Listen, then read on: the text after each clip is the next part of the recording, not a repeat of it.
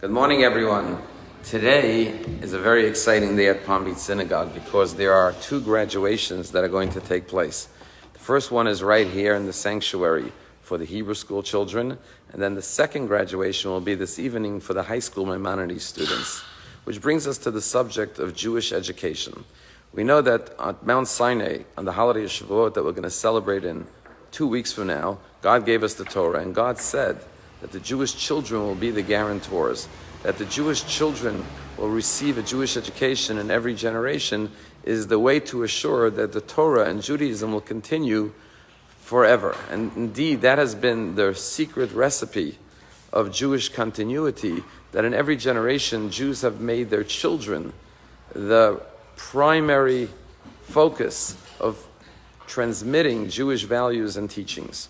Indeed, this week's Torah portion is called Bechukotai, which means if you follow my commandments. But the word Bechukotai in Hebrew also comes from the word Chakuk, which means engraved. Just like the first tablets given at Mount Sinai were engraved in stone, not written with ink on parchment, God is saying that what we teach our children remains permanently embedded and engraved in their soul and will carry them as Jews throughout their entire life. And that's why it's so important to teach children when they're young, because that is the age that they are fresh and alert and absorb in a way that will remain with them for their entire lives. Indeed, we're now learning Pirkei Avot, Ethics of Our Fathers, between the weeks of Passover and Shavuot. And in yesterday's chapter 4, there was a teaching that said, if you teach a child Torah, it's like writing on a fresh piece of paper. But when you teach an elderly person, it's like writing on smudged paper. And therefore, when a child is like that blank slate, clean, fresh, open to receiving, that's when you must seize the opportunity in childhood to teach this student the child Torah. But the question is, why would the rabbi say something negative?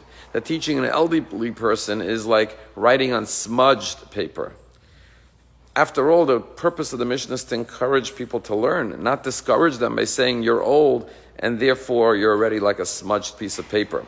And the answer is that there's young and old in age, and then there's young and old psychologically. There are people who are young and fresh, meaning to say that their minds are not preset. They're open to learning new ideas. They're not ready, they're not set and permanently structured for their lives. They're open to discovering new ideas and new lessons in life.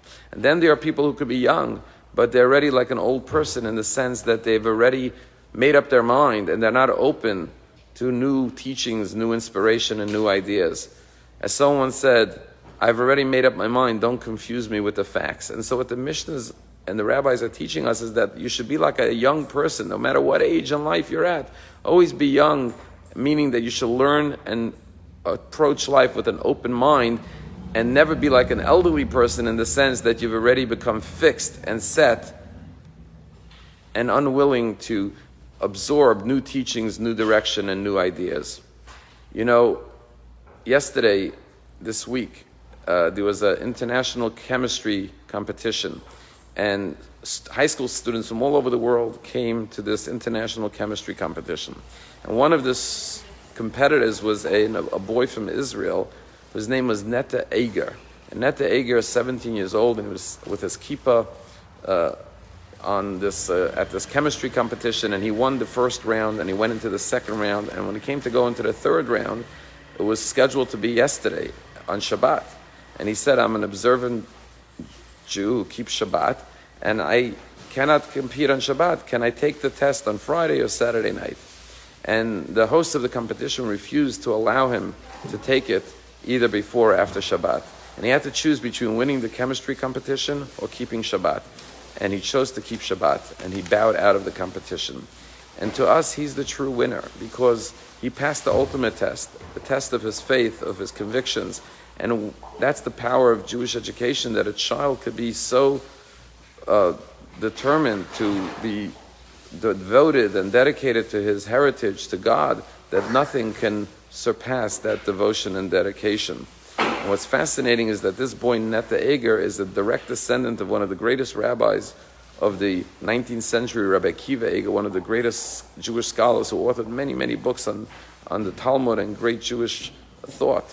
And how proud his great-grandfather must be to see his grandson follow on his commitment to Torah, which was passed on from generation to generation. So mazel tov to all the students, and may we all continue to inspire and educate our children. Have a wonderful week.